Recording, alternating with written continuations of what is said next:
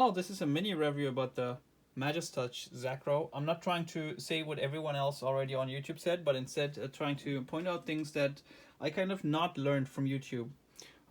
Okay, let's start off. First of all, you have this connection cable here, and because it's USB-C, it's very easy to like point it in any direction. So as you can see, both point at the same direction. If you like that, you can point it like in any direction you like. Then what I also didn't know is that there's actually another USB port here, USB-A.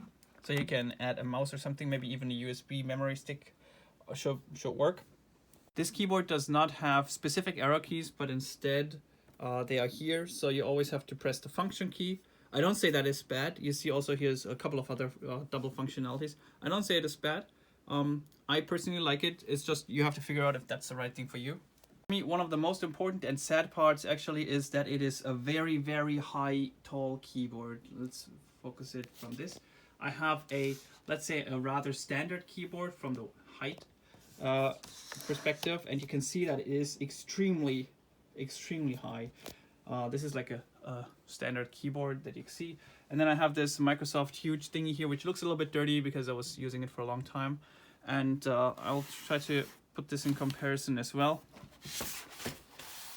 So when you look at the end parts here of this keyboard, the Majestouch is still a couple of, a real bit higher. I would say maybe twice as high.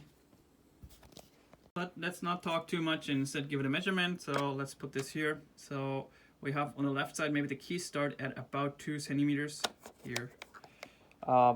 Maybe a little bit less because, I mean, you see it doesn't start at 0 on the table, right? And on the right side, maybe the keys start around at like 3 centimeters. So we have 1 whole centimeter more height on the right side. Of course, this is a, let's compare this, like this is a monster keyboard, by the way. So let's compare the height here in the middle zone. And you see in the middle, the Microsoft keyboard is a little bit higher. Also take into account you can put these knobs under the keyboard in the middle. So you have these screw points here. So you can actually like bend it a little bit over, but you cannot do this. You can only do like this. And keep in mind that it will get even taller by that. And the reason why I'm emphasizing this is when I started trying the keyboard, I had my whole hand basically like this. So my arm goes down in an angle onto the table, and then my hand needs to go up again to reach the keys. And then my thumb is like weirdly down, or I can like hover over the keyboard, which is also not really pleasant. And people would say maybe I can just get a wrist holder here, and I also seen this in a lot of videos, but I personally find it a little bit sad that the very special point on this keyboard is that it is so flexible that you can move it around everywhere. And then they spared all the keys. They even did not put like special arrow keys here on the side. So you have a very, very small keyboard that is like very compact, which is I really like, right? But then you need to have the wrist holders in order to use it. So you have to add another, let's say this amount of space in front of the keyboard. And that kind of defeats a little bit the purpose of having a small keyboard. Of course, like the width is still like small, right? So it goes like this, so it becomes like a square maybe, but on the side it's not that big. So it's not like totally minus, but for me this is like, it was a little bit sad part. I also didn't pay much attention to the weight of the keyboard. Full-size keyboard has about 400 grams.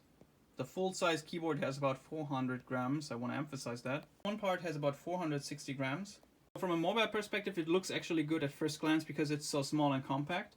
But on the heavy part, I would say, well, it's twice as heavy as a usual keyboard.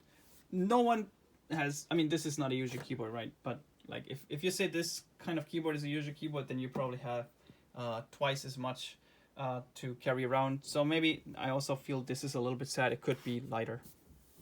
And in comparison, the colossal Microsoft huge keyboard here has about 900 grams. Okay, there was a lot of bad parts. I'm not gonna emphasize too much of the good parts because a lot of YouTube videos already have that. But let's sum that up together. So in general, this keyboard is a marvelous piece of work, I feel. So the things I said here is like things that I personally found like important to mention. Especially the height is something that I have to figure out if that's the right thing for me. But from a technical perspective and from all the rest of the perspectives, actually this is a marvelous piece of work. Okay, that was a long monologue of bad things. Let's point out some good things that I really like on this keyboard. So this is actually a marvelous piece of work. I really, really like it. I have a little bit trouble, like I said, with the height, but this is in total a really marvelous piece of work. The buttons are really nice to push. If I compare it to this Microsoft Beast here, which is in total a very good design, but the keys are just so heavy to push. It's driving me crazy. Then you have all these macros. I mean, you see this if you look online, then you will figure out what this is. You can put hardware macros on it, so you don't need the software to install this stuff. This is like one of the few companies who actually do that, so you can also use it on Linux with all the macros, no problem. Then they put the arrow keys on JKLI. If you're a programmer, then probably you already have that figured out and maybe did some, I don't know, I did some Linux jiggling for myself, and I also have to jiggle again after an update. And here I can just embed it in the hardware. Awesome idea. Maybe you already figured it out. I'm using actually Japanese keyboards here, and this is one of the few companies actually that adhere to the Japanese non-spoken standard, that you have 4 keys here, 4 keys with special characters left to the left of the shift key, which is also the case here, which is the standard, the kind of standard for Japanese keyboards. But for some reason, all these ergonomic keyboards, they don't adhere to that standards, to these standards. Which I really love that this company said, well, we adhere to the standard. We give you basically a standard keyboard, which is just split in the middle, and it just has some awesome features. Really, really nice piece of work. So I'm actually really sad about the height thing. But except of that, if you say you don't care about the height, if you're a person who uses the computer 8 hours a day, and maybe you love the idea of maybe changing the height. I mean, you could even, if you put together like your own stand or something, you could even use it like this, right? You can put it as high as you want, as long as you just need the right screws for that, and then off you go, right? So I really, really like it. I want to emphasize that because I said a lot of bad things. This is a marvelous piece of work. It's just that some cornerstones, some edge cases, like for me, were not necessarily fit.